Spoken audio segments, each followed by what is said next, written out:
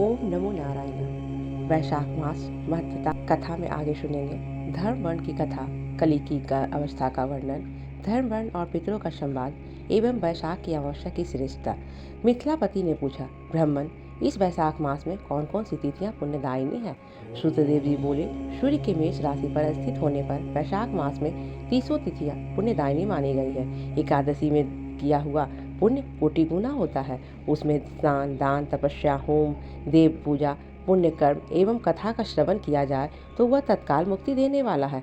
जो रोग आदि से ग्रस्त और दरिद्रता से पीड़ित हो, वह मनुष्य इस पुण्यमयी कथा को सुनकर कृतकृत्य होता है। वैशाख मास मन से सेवन करने योग्य है, क्योंकि वह समय उत्तम गुणों से युक्त दरिद्र, धनाढ़य, पंगु, अंधा, नपुंसक, विधवा, साधारण स्त्री, पुरुष, बालक, युवा, वृद्ध तथा रोग से पीड़ित मनुष्य ही क्यों न हो, वैशाख मास का धर्म सबके लिए अत्यंत सुख साध्य है।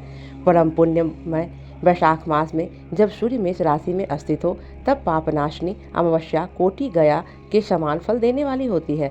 राजन, जब पृथ्वी पर राजर्षि शार्वाणी का शासन था, उस समय 30वें कलयुग के अंत में सभी धर्मों का लोप हो चुका था। उसी समय आर्णत देश में धर्मवर्ण नाम से विख्यात एक ब्राह्मण थे। मुनिवर धर्मवर्णन उस कलियुग में ही किसी समय महात्मा मुनियों के संत याग में सम्मिलित होने के लिए पुष्कर क्षेत्र की यात्रा की। वहाँ कुछ व्रतधारी महर्षि ने कलयुग को प्रशंसा संतुष्ट करने वाला जो पुण्य 1 वर्ष में साध्य है, वही त्रेता में 1 मास में, द्वापर में 15 दिनों में साध्य होता है। परंतु कलयुग में भगवान विष्णु का स्मरण कर लेने से ही उससे 10 गुना पुण्य होता है। कली में बहुत थोड़ा पुण्य भी कोटि गुना होता है। जो एक बार भी भगवान का नाम लेकर दया दान करता है, वह दुर्भक्षी में अन्न देता है, वह निश्चय ही ऊर्ध्व लोक में गमन करता है। यह सुनकर देवर्षि नारद हंसते हुए उन्मत्त के समान नृत्य करने लगे। सभासदों से पूछा, नारद जी, यह क्या बात है? तब बुद्धिमान नारद जी हंसते हुए उन सबको उत्तर दिया, आप लोगों का कथन सत्य है। इसमें संदेह नहीं कि कलयुग के स्वरूप कर्म से भी महान पुण्य का साधन किया जा सकता है तथा क्लेशों का नाश करने वाले भगवान के शब्द स्मरण मात्र से ही प्रसन्न हो जाते हैं। तथापि मैं आप लोगों से यह कहता हूँ कि कलयुग में 2 बातें दुर्घट है। शशि ने इंद्रिय का निग्रह और जिह्वा को वश में रखना। ये दोनों कार्य जो सिद्ध कर ले, वही नारायण स्वरूप है। अतः कलयुग में आपको यहाँ नहीं ठहरना चाहिए। नारद जी की यह बात सुनकर उत्तम व्रत का पालन करने वाले महर्षि सहसा यज्ञ को समाप्त कर के सुख पूर्वक चले गए। धर्मवर्ण ने यह बात सुनकर भूलोक को त्याग देने का विचार किया। उन्होंने ब्रह्मचर्य व्रत धारण करके दंड और कमंडलू हाथ में लिया और जटाधारी वल्कधारी होकर वे कलयुग के अनाचारी पुरुषों को देखने के लिए घर छोड़कर चल दिए। उनके मन में बड़ा विस्मय हो रहा था। उन्होंने देखा प्रायः मनुष्य पापाचार में प्रवृत्त हो बड़े भयंकर एवं दुष्ट हो गए हैं। ब्राह्मण पाखंडी हो चले हैं, शूद्र संन्यास धारण करते हैं, पत्नी अपने पति से द्वेष रखती है, शिष्य गुरु से वैर करता है, सेवक स्वामी के और पुत्र पिता के घात में लगा हुआ है। ब्राह्मण शूद्रवत और गौएं बकरियों के समान हो गई है। वेदों में गाथा की ही प्रधानता रह गई है। शुभ कर्म साधारण लौकिक कृत्यों के समान रह गए हैं। इनके प्रति किसी की महत्व बुद्धि नहीं है। भूत, पेट, पिशाच और आदि की उपासना चल पड़ी है। सब लोग मैथुन में आसक्त हैं और उसके लिए अपने प्राण भी खो बैठते हैं। सब लोग झूठी गवाही देते हैं। मन में सदा छल और कपट भरा रहता है। कलयुग में सदा लोगों के मन में कुछ और, वाणी में कुछ और तथा क्रिया में कुछ और ही देखा जाता है। सबकी विद्या किसी न किसी स्वार्थ को लेकर ही होती है और केवल राजभवन में उसका आदर होता है। संगीत आदि कलात्मक विद्याएं भी राजा को प्रिय हैं। कली में अधम मनुष्य पूजे जाते हैं और श्रेष्ठ पुरुषों की अवहेलना होती है। कली में वेदों के विद्वान ब्राह्मण दरिद्र होते हैं। लोगों में प्रायः भगवान की भक्ति नहीं होती। पुण्य क्षेत्र में पाखंड अधिक बढ़ जाता है। शूद्र लोग जटाधारी तपस्वी बनकर धर्म की व्याख्या करते हैं। सभी मनुष्य अल्पायु, दयाहीन और शठ होते हैं। कली में प्रायः सभी धर्म के व्याख्याता बन जाते हैं और दूसरों से कुछ लेने में ही उत्सव मनाते हैं। अपनी पूजा कराना चाहते हैं और व्यर्थ में दूसरों की निंदा करते हैं। अपने घर आने पर अपने स्वामी के दोषों की चर्चा में तत्पर रहते हैं। कली में लोग साधुओं को नहीं जानते, पापियों को ही बहुत आदर देते हैं। दुराग्रही लोग इतने दुराग्रही होते हैं कि साधु पुरुषों के एक दोष को भी ढिंढोरा पीटते हैं और पापात्माओं के दोष समूहों से भी गुण बतलाते हैं। कली में गुणहीन मनुष्य दूसरों के गुण न देखकर उनके दोष ही ग्रहण करते हैं। जैसे पानी में रहने वाली जोक प्राणियों के रक्त पीती है, जल नहीं पीती, उसी प्रकार योग में धर्म से संयुक्त हो मनुष्य दूसरे का रक्त चूसते हैं। औषधियाँ शक्तिहीन होती है, ऋतुओं में उलटफेर हो जाता है। जब राष्ट्र में अकाल पड़ता है, कन्या योग समय में संतानोत्पत्ति नहीं करती। लोग नट और नर्तकों की विद्याओं से विशेष प्रेम करते हैं। जो वेद वेदांत की विद्याओं में तत्पर और अधिक गुणवान है, वह अज्ञानी मनुष्य सेवक की दृष्टि में हो देखने के लिए सब भ्रष्ट होते हैं। कली में प्रायः लोग श्राद्ध कर्म का त्याग करते हैं, वैदिक कर्मों को छोड़ बैठते हैं। प्रायः जिह्वा पर भगवान विष्णु के नाम कभी नहीं आते। लोग श्रृंगार रस में आनंद का अनुभव करते हैं और उसके के गीत गाते हैं। कलयुग में मनुष्यों ने कभी भगवान विष्णु की सेवा नहीं देखी जाती। न शास्त्रीय चर्चा होती है, न ही यज्ञ की दीक्षा,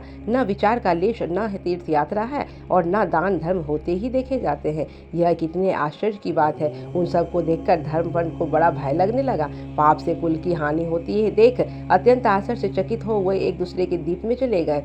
सब दीपों और लोकों में विचरते हुए बुद्धिमान धर्मवन किसी समय कौतूहलवश प्रेत लोक में गए। वहां उन्होंने कर्म से कष्ट पाते हुए पितरों की भयंकर दशा में देखा। वे दौड़ते रोते और गिरते पड़ते थे। उन्होंने अपने पितरों को भी नीचे अंधकूप में पड़े हुए देखा। उनको देखकर आश्चर्य से चकित हो दयालु धर्मवन ने पूछा, आप लोग कौन हैं? किस दुस्तर कर्म के प्रभाव से इस अंधकूप में पड़े हैं? पितरों ने कहा, हम श्रीवत्स गोत्र वाले हैं। पृथ्वी पर हमारी कोई संतान नहीं रह गई, अतः हम श्राद्ध और पिंड से वंचित हैं। इसलिए यहाँ हमें नरक का कष्ट भोगना पड़ता है। संतानहीन दुरात्माओं का अंधकूप में पतन होता है। हमारे वंश में एक ही महायशस्वी पुरुष है जो धर्मवर्ण के नाम से विख्यात है, किंतु वह विरक्त होकर अकेला घूमता फिरता है। उसने गृहस्थ धर्म को नहीं स्वीकार किया और वह एक ही तंतु हमारे कुल में अविष्ट है। उसकी भी आयु क्षीण होने जाने पर हम लोग घोर अंधकूप में भी गिर पड़ेंगे, जहाँ से फिर निकलना कठिन होगा। इसलिए तुम पृथ्वी पर जाकर धर्मवन को समझाओ। हम लोग दया के पात्र हैं। हमारे वचनों से इसको यह बतलाओ कि हमारी वंश रूपा दुर्वा को काल रूपी चूहा प्रतिदिन खा रहा है। क्रमशः सारे वंशज का नाश हो गया है, एक तुम ही बचे हो। जब भी तुम मर जाओगे तो संतान परंपरा न होने के कारण तुम्हें भी अंधकूप में गिरना पड़ेगा। इसलिए गृहस्थ धर्म को स्वीकार करके संतान की वृद्धि करो। इससे हमारी और तुम्हारी दोनों की ऊर्ध्ववृद्धि होगी। यदि एक भी पुत्र वैशाख मास अथवा कार्तिक मास में हमारे उद्देश्य से स्नान, श्राद्ध और दान करेगा तो उससे हम लोगों की ऊर्ध्व गति होगी और नरक के से उद्धार हो जाएगा। यदि एक भी पुत्र भगवान विष्णु का भक्त हो जाए, एक भी एकादशी का व्रत रहने लगे, यदि एक भी भगवान विष्णु की पाप नाशक कथा का श्रवण करे और उसकी 100 बीती हुई पीढ़ियों का तथा 100 भावी पीढ़ियों का उद्धार होता है। वे पीढ़ियां पाप से आवृत होने पर भी नरक का दर्शन नहीं करती। दया और धर्म से रहित उन बहुत से पुत्रों के जन्म से क्या लाभ, जो कुल में उत्पन्न होकर सर्वव्यापी भगवान नारायण की पूजा नहीं करते। इस प्रकार प्रिय वचनों द्वारा धर्मवर्ण को समझाकर तुम उसे विरक्तिपूर्ण ब्रह्मचर्य आश्रय में गृहस्थ आश्रम में प्रवेश करने की सलाह दो। पितरों की यह बात सुनकर धर्मवर्ण अत्यंत विस्मित हुआ और हाथ जोड़कर बोला, मैं ही धर्मवर्ण नाम से विख्यात आपके वंश का दुराग्रही बालक हूँ। यज्ञ में महात्मा नारद जी का यह वचन सुनकर कि कलयुग में प्रायः कोई भी रसेंद्रिय और शिशेंद्रिय को दृढ़तापूर्वक संयम में नहीं रखता, मैं दुर्जनों की संगति से भयभीत हो अब तक दूसरे द्वीपों में घूमता रहा। इस कलयुग के 3 चरण बीत गए, अंतिम चरण में भी 3.5 भाग व्यतीत हो चुके हैं। मेरा जन्म व्यर्थ हो बीता है, क्योंकि जिस कुल में मैंने जन्म लिया उसमें माता पिता के ऋण को भी मैंने नहीं चुकाया। पृथ्वी के भार उस शत्रुतुल्य पुत्र के उत्पन्न होने से क्या लाभ, जो पैदा होकर भगवान विष्णु और देवताओं तथा पितरों की पूजा न करे। मैं आप लोगों की आज्ञा का पालन करूंगा। बताइए पृथ्वी पर किस प्रकार मुझे कलयुग से संसार से भी बाधा नहीं प्राप्त होगी। धर्म वन की बात यह सुनकर पितरों के मन में कुछ आश्वासन मिला। वे बोले, बेटा तुम गृहस्थ आश्रम स्वीकार करके संतानोत्पत्ति के द्वारा हमारा उद्धार करो। जो भगवान विष्णु की कथा में अनुरक्त होते हैं, निरंतर श्री हरि का स्मरण करते हैं, सदाचार में के पालन में तत्पर रहते हैं, उन्हें कलयुग बाधा नहीं पहुंचाता। मानव जिसके घर में शालग्राम, शिला अथवा महाभारत की पुस्तक हो, उसे भी कलयुग बाधा नहीं दे सकता है। जो वैशाख मास के धर्मों का पालन करता, माघ स्नान में तत्पर होता,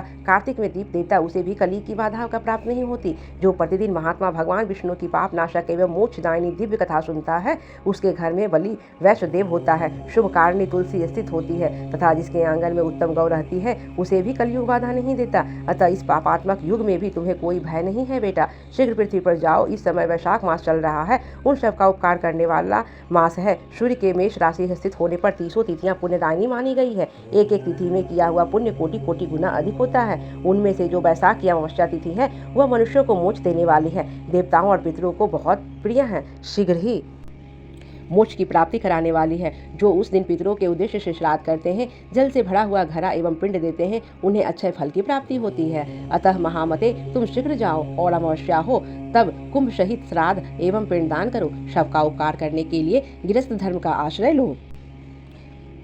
धर्म, अर्थ और काम से संतुष्ट हो उत्तम संतान पाकर फिर मनुवृत्ति से रहते हुए सुखपूर्वक दीपांतरों में विचरण करो। पितरों के इस प्रकार आदेश देने पर धर्मवर्ण मुनि शीघ्रतापूर्वक भूलोक में चले गए। वहाँ मेष राशि में सूर्य के अस्तित्व रहते हुए वैशाख मास में प्रातः काल स्नान करके देवताओं, ऋषियों तथा पितरों का तर्पण किया। फिर कुंभार दान सहित पाप विनाशक श्राद्ध करके उसके द्वारा पितरों को पूर्णावृत्ति रहित मुक्ति प्रदान की। तत्पश्चात उन्होंने स्वयं विवाह करके उत्तम संतान को जन्म दिया और लोक में उस पाप नाशनी अमावस्या तिथि को प्रसिद्ध किया। तदंतर वे भक्तिपूर्वक भगवान की आराधना करने के लिए हर्ष के साथ गंधमादन पर्वत पर चले गए। इसलिए वैशाख मास की यह अमावस्या तिथि परम पवित्र मानी गई है। प्रेम से बोलिए विष्णु भगवान की जय।